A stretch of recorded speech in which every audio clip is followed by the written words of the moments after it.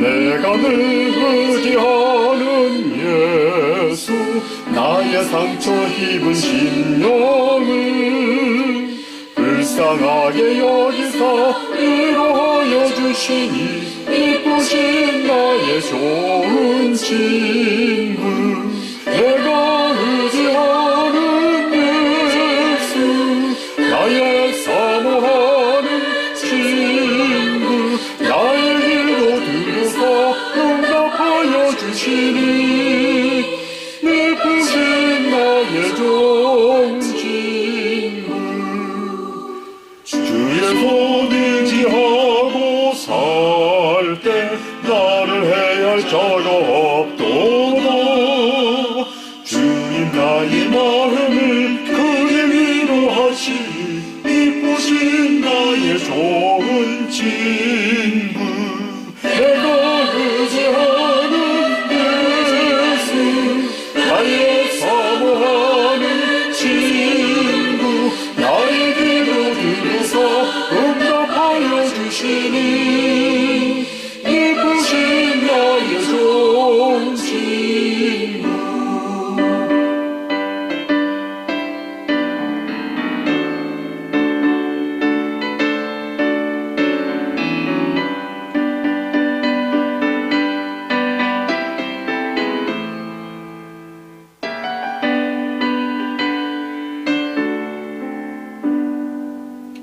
내가 여름 건너가며 많이 두려워서 떨 때로 주가 인도하시니 어찌 두려워하랴. 이쁘신 나의 좋은 친구. 내가 의지하는 예수, 나의 사모하는 친구, 나의 기도 들으사 응답하여 주시니 이쁘신 나의 좋은 친구. 이웃 천국에 올라가서 모든 성도들과 다 함께 우리들을 구하신 주를 찬양하리라. 이쁘신 나의 좋은 친구. 내가 의지하는 예수, 나의 사모하는 친구, 나의 기도 들으사 응답하여 주시니 이쁘신 나의 좋은 친구. 다 같이 오늘 하나님께서 우리들에게 주시는 말씀 받들어 봉독하겠습니다. 태초부터 있는 생명의 말씀에 관하여는 우리가 들은 바요, 눈으로 본 바요, 자세히 보고 우리의 손으로 만진 바라. 이 생명이 나타내신 바 된지라. 이 영원한 생명을 우리가 보았고 증언하여 너희에게 전하노니 이는 아버지와 함께 계시다가 우리에게 나타내신 바 된 이시니라. 아멘. 여러분 모두에게 말씀의 은혜가 충만하시기 바랍니다.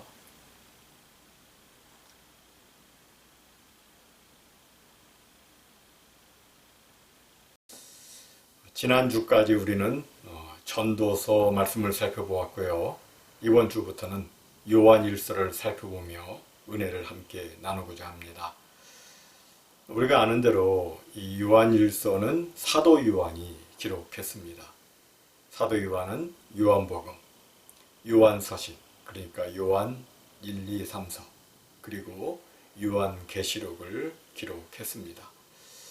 요한복음에서 사도 요한은 그리스도가 누구신지 예수님의 생애와 예수님께서 행하신 일들을 보여주며 예수 그리스도를 소개하고 있습니다. 그리고 얼마 있지 않아서 이제 요한서신을 기록하는데, 그가 이 요한서신을 기록한 것은 당시 교회 공동체가 이단에 의해서 흔들리고 있었기 때문이었습니다. 마치 오늘날의 교회가 다양한 이단들에 의해서 흔들리고 있듯이 사도 요한 당시의 교회도 영지주의라고 하는 이단에 의해서 흔들리고 있었습니다. 이 영지주의는 영은 선하고 육은 악하다는 이원론적 사상에 근거한 이단이었습니다. 이 영주주의는 거룩하신 하나님의 아들이 어떻게 더러운 인간의 몸을 입고 이 땅에 와서 십자가에서 못 박혀 죽을 수 있겠느냐며 예수 그리스도의 성육신과 예수 그리스도의 십자가 죽음을 거부했습니다. 그리고 사람의 영은 육체의 영향을 받지 않으니 사람이 아무렇게나 막 살아도 영혼에는 아무 이상이 없다고 그렇게 주장을 했습니다. 이런 이단적 사상에 흔들리는 당시 교회 공동체를 보면서 사도 요한은 교회 공동체를 다시금 견고하게 세우기 위해서 요한 1서를 기록한 것입니다. 그럼 무엇으로 교회를 견고하게 세울 수 있는가? 그것은 바로 복음을 바로 세우는 것이었습니다. 여러분, 복음은 무엇입니까? 복음은 예수 그리스도 자신 또는 예수 그리스도에 대한 말씀입니다. 이 복음의 기초에서 사람이 구원받고 교회가 세워지는 것입니다. 따라서 신앙생활에서 가장 중요한 것은 바로 복음입니다. 사람이 아무리 교회를 오래 다녔어도 복음이 없는 신앙은 신앙이 아니며 교회 건물이 아무리 크고 좋아도 복음이 없다면 그 교회는 더 이상 교회가 아닙니다. 다시 말해서 모든 성도들이 붙들어야 할 것은 바로 복음인 것입니다. 이것을 사도 요한은 요한 서신을 통해서 당시 성도들에게 한 번 더 강조를 하고 있는 것입니다. 그래서 복음이신 예수 그리스도를 소개하는데 우리 함께 읽습니다. 태초부터 있는 생명의 말씀에 관하여는 우리가 들은 바요 눈으로 본 바요 자세히 보고 우리의 손으로 만진 바라. 여기 보면 생명의 말씀이 나오는데 이 생명의 말씀은 바로 우리에게 생명을 주시는 예수 그리스도를 의미합니다. 예수님은 모든 사람들에게 생명을 주십니다. 예수님은 사람들에게 일단 육의 생명을 주시고 또 복음을 믿고 예수 그리스도를 영접하는 사람들에게는 영원한 생명, 영생을 주십니다. 그런데 이 예수님을 사도 요한은 태초부터 있는 생명의 말씀이라고 이렇게 표현을 합니다. 여기 태초부터 있는 생명의 말씀이라는 것은 태초, 그러니까 우주 창조 이전에는 생명의 말씀이 없었는데 태초부터 생명의 말씀이 있게 되었다는 말이 아닙니다. 이 말의 원어적 의미는 태초부터 있어 왔던 또는 태초에도 계셨던 이란 의미입니다. 즉 생명의 말씀이신 예수 그리스도는 태초 우주 창조 때부터 시작된 것이 아니라 그 이전 영원 세계 때부터 스스로 존재해 오신, 자존해 오신 영원하신 하나님이신 것입니다. 그렇다면 여러분, 왜 사도 요한은 그 예수님을 생명의 말씀이라고 표현하고 있는 것 같습니까? 생명이면 생명이지 왜 생명의 말씀이라고 한 것 같습니까? 이것을 이해하려면 요한복음 1장 말씀을 살펴봐야 합니다. 요한복음 1장 1절은 이렇게 말씀하죠. 함께 읽습니다. 태초에 말씀이 계시니라. 이 말씀이 하나님과 함께 계셨으니 이 말씀은 곧 하나님이시니라. 그리고 쭉 넘어가서 요한복음 1장 14절을 보면 이렇게 말씀합니다. 함께 읽습니다. 말씀이 육신이 되어 우리 가운데 거하심에 우리가 그의 영광을 보니 아버지의 독생자의 영광이요 은혜와 진리가 충만하더라.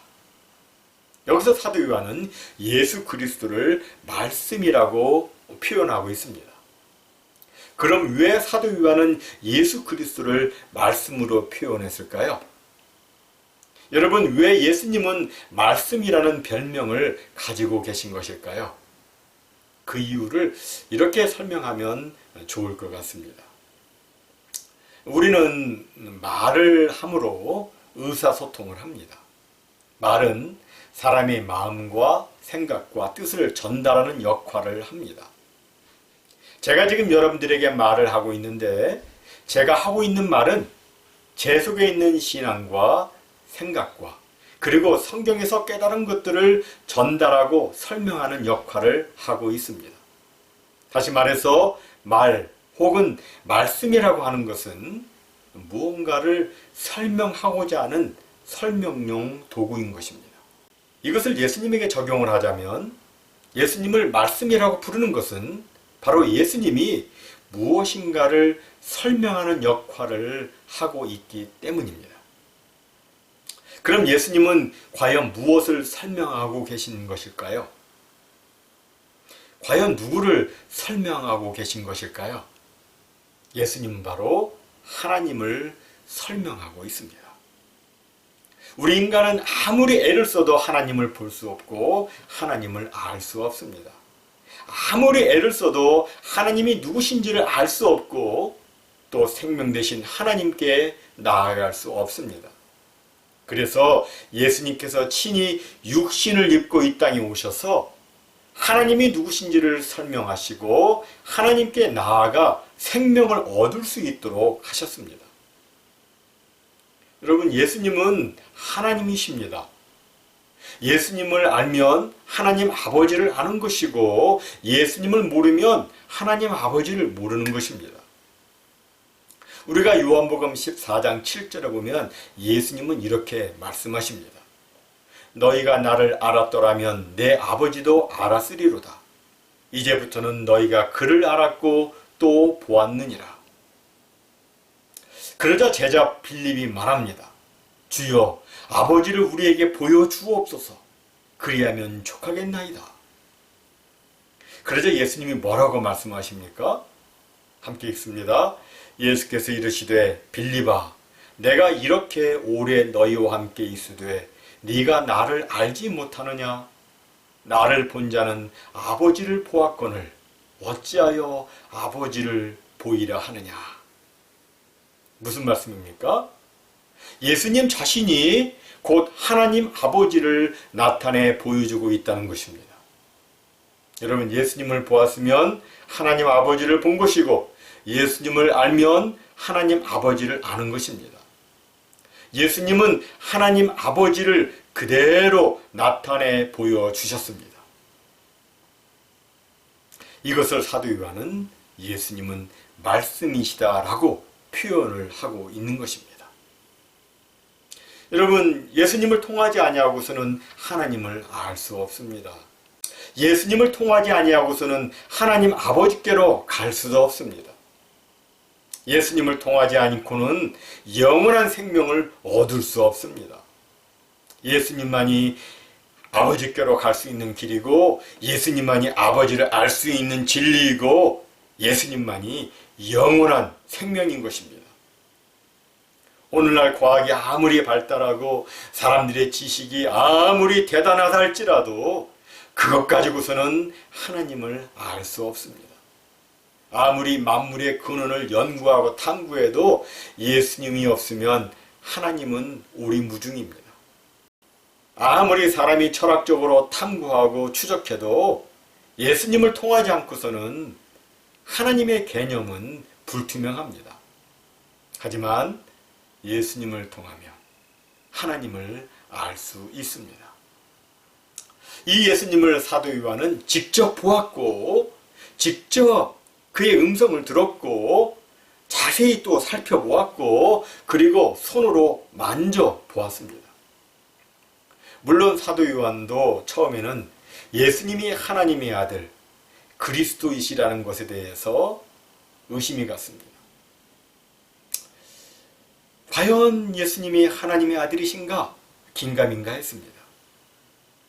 그러나 하나님이 아니면 행할 수 없는 일들, 곧 말씀으로 죽은 자를 살리시고 바다를 잔잔케 하시고 바다 위를 걸으시고 오병이어 기적을 베푸시고 그리고 죽음에서 부활하신 예수님을 직접 보고 자세히 살펴보고 만져봄으로써 예수님이 바로 아버지와 함께 계시다가 우리에게 나타내신 바 된 생명의 말씀이라는 것을 그는 알게 된 것입니다. 함께 있습니다. 이 생명이 나타내신 바 된지라 이 영원한 생명을 우리가 보았고 증언하여 너희에게 전하노니 이는 아버지와 함께 계시다가 우리에게 나타내신 바 된 이시니라. 그렇습니다. 예수님은 영원한 생명이시고 아버지와 함께 계시다가 우리에게 나타내신 바 된 생명의 말씀이신 것입니다. 이 예수님을 자기가 직접 보고 직접 듣고 직접 만져보았다고 사도 요한은 반복해서 증거하고 있는데, 그럼 왜 사도 요한은 자기가 이렇게 예수 그리스도를 직접 체험했다고 말하고 있는 것일까요? 그것은 바로 서두에서 말씀드린 것처럼 당시 이단 영주주의가 예수 그리스도의 성육신, 곧 하나님이 인간의 몸을 입고 이 땅에 오신 것과 예수 그리스도의 십자가 죽음과 부활을 인정하지 않으면서 교회 성도들을 미혹했기 때문입니다. 그래서 사도 요한은 자신을 비롯하여 당시 사도들과 70인 제자들과 그리고 예수님의 부활을 직접 목도했던 수많은 사람들이 예수님을 체험한 것을 이야기하면서 우리가 그를 보았고 들었고 자세히 살펴보았고 만져보았다라고 말하고 있는 것입니다. 다시 말해서 예수님은 상상 속의 가공의 인물이 아니라 실제로 역사 가운데 존재했고 이 땅에 육신을 입고 인간으로 오신 참 하나님이시라는 것을 증언하고 있는 것입니다. 여러분, 이러한 증언은 무시되어서는 안 됩니다. 왜냐하면 사도 요한을 비롯한 다른 사도들과 수많은 성도들이 그 증언이 사실이라는 것을 말하다가 다 순교의 죽음을 맞이했기 때문입니다. 만약 그들의 증언이 사실이 아니었다면 그들은 거짓을 위해서 자신의 생명을 내놓지 않았을 것입니다. 하지만 자신들이 직접 보고 듣고 주목하여 만져본 예수님은 사실이었기 때문에 그들은 자신의 하나밖에 없는 이 생명을 기쁜 마음으로 내놓으며 예수님을 증거한 것입니다. 이 증거는 시대와 역사를 거쳐서 오늘 우리에까지 이르게 되었습니다. 오늘날에도 우리는 예수님을 보고 들으며 예수님을 경험하고 있습니다. 비록 오늘날에 우리는 사도 요한 시대 사람들처럼 예수님을 직접 눈으로 보지 못하고 귀로 듣지 못하고 손으로 만져보지 못했지만 우리는 성령을 통하여 예수님의 살아계심을 보고 예수님의 말씀을 듣고 예수님과 동행하며 예수님을 체험하며 살고 있는 것입니다. 믿음이 없는 사람들은 이것을 도무지 알지를 못합니다. 도저히 믿을 수가 없습니다. 그래서 성도들이 예수님을 체험한 이야기를 하면 이건 다 그 사람의 이야기고 이건 다 지어낸 이야기라고 하면서 믿지 못하겠다고 말을 합니다. 그러나 여러분, 실상을 말씀드리자면 믿음으로 하나님의 자녀 된 사람들은 날마다 예수님을 체험하며 살아가고 있습니다. 예수님이 나와 함께 계시고 예수님이 나를 붙들어 주시고 예수님이 나를 도와 환난에서 벗어나게 해주시고 예수님이 나를 지켜 보호해 주시고 예수님이 나의 길을 선히 인도해 주시는 것을 체험하며 살고 있는 것입니다. 우리가 시편 34편 8절을 보면 이런 말씀이 있습니다. 너희는 여호와의 선하심을 맛보아 알지어다. 여기 맛보아 알지어다 라는 말은 체험해 보라는 의미입니다. 체험해 보아라. 즉 하나님에 관한 단순한 신학적인 정보, 지식으로 하나님을 아는 것이 아니라 하나님을 맛보듯이 체험하라는 것입니다. 사람들은 사과에 대해서 얼마든지 설명할 수 있습니다. 그러나 사과를 맛본 사람은 전혀 다르게 설명할 수 있습니다. 오늘날 교회의 문제는 많은 교인들이 예수님을 맛보지 않고 예수님을 경험하지 않고 그냥 지식으로만 예수님을 알고 교회를 다니고 있다는 것입니다.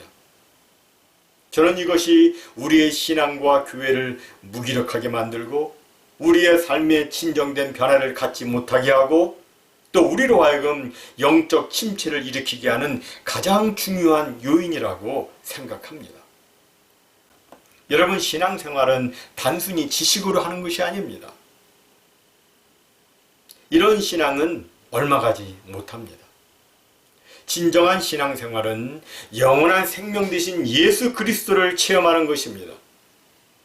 예수님을 체험하지 못하면 그 신앙은 참 신앙이 아니라 명목상의 신앙일 뿐입니다. 우리는 영원한 생명 되시는 예수 그리스도를 체험하고 영생을 가진 자로서 생명력 있게 이 세상을 살아가야 합니다.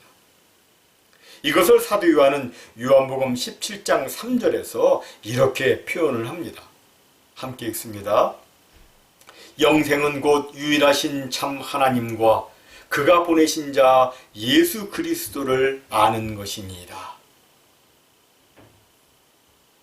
여기 안다는 것은 지식으로 안다는 것이 아니라 체험으로 안다는 것입니다. 여러분, 날마다 하나님을 체험하고 예수님을 체험하며 살면 영원한 생명과 그 기쁨과 그 능력을 맛보면서 할 수가 있습니다. 이런 체험이 없으니까 맨날 의심하고 흔들리고 갈등하고 고민을 하는 것입니다. 그럼 여러분, 어떻게 날마다 하나님을 체험하고 예수님을 체험하며 살 수가 있는 것입니까? 짧게 정리하자면 먼저 진정으로 회개를 해야 합니다. 회개란 단순히 반성하는 것이 아니고 생각의 변화이고 마음의 변화이며 그리고 죄에 대한 삶의 변화입니다. 이렇게 회개를 하고 예수 그리스도를 자신의 진정한 구주와 주님으로 영접해야 합니다. 그리고 주님 말씀에 순종해서 살겠다라고 하는 분명한 결단을 내려야 합니다. 그러면 예수님이 성령으로 그의 마음속에 찾아오셔서 그 사람 속에 좌정하시고 그 사람과 더불어 계속해서 교제하시고 교통하십니다. 그리고 그 사람 마음에 주님 말씀에 순종해서 살라고 계속해서 권면을 하시는데 이 성령의 음성에 순종해야 합니다. 이렇게 하나씩 하나씩 주님 말씀에 순종해서 살면 주님이 나와 함께 계심을 알게 되고 주님을 체험하면서 살 수 있게 되는 것입니다. 그러나 때때로 우리가 연약하여 죄를 지을 수 있는데 그때에는 지체하지 말고 빨리 주님 앞에 무릎 꿇어 죄를 자복하고 회개하여 주님과의 관계를 다시 회복해야 합니다. 그리고 주님 말씀에 순종해서 주님과 동행하는 삶을 계속해서 살아가야 합니다. 그러면 정말 신기하게도 하나님이 자신을 붙들어 인도해 주시고 자신의 삶 가운데 친히 개입하시고 주장하시고 역사해 주시는 것을 체험하게 됩니다. 이것이 처음에는 불분명하게 긴가민가하게 느껴질 수 있겠지만 그러나 조금 지나게 되면 하나님이 나의 삶에 이렇게 개입하시고 하나님께서 이렇게 나의 삶을 통해서 역사하시고 나를 이렇게 인도하셨구나 하는 것을 그가 알게 됩니다. 하나님을 체험하는 삶을 그가 살게 되는 것입니다. 이제 말씀을 맺습니다. 사랑하는 성도 여러분, 예수님은 생명의 말씀이십니다. 예수님이 하신 모든 것은 다 하나님에 대한 설명이었으며 이 예수님으로 말미암아 우리는 하나님을 알고 이 예수님으로 말미암아 우리는 생명을 얻되 더 풍성히 얻는 삶을 살아갈 수 있게 되었습니다. 모쪼록 날마다 생명 되신 예수님 안에 거해서 풍성한 생명의 삶을 누리는 우리 모두가 다 되시기를 주님의 이름으로 축원합니다.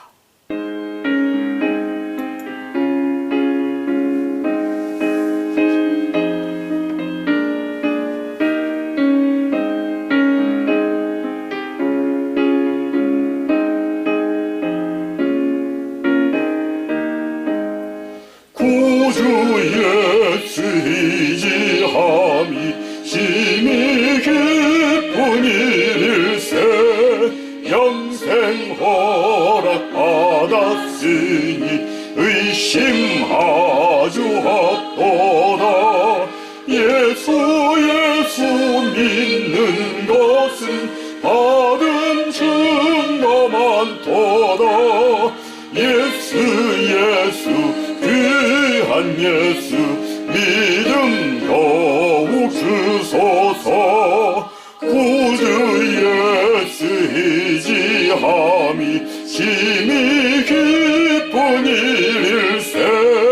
주를 믿는 나의 마음 그의 피에 적시네.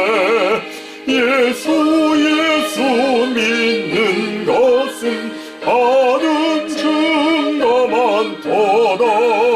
예수 귀한 예수 이름 더욱 주소서.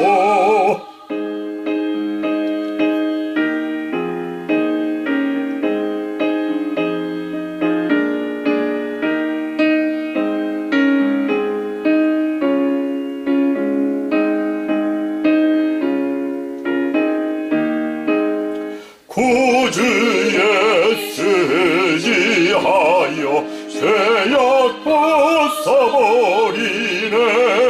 아니 받고 영생함을 주께 모두 얻었네. 예수 믿는 것은 받은 증거 많도다. 예수 귀한 예수 믿음 더욱 주소서. 구주 예수 의지하여 구원함을 얻었네. 영원 무궁지라도록 주여 함께 하소서. 예수 믿는 것은 받은 증거 많도다. 예수 귀한 예수 믿음 더욱 주소서.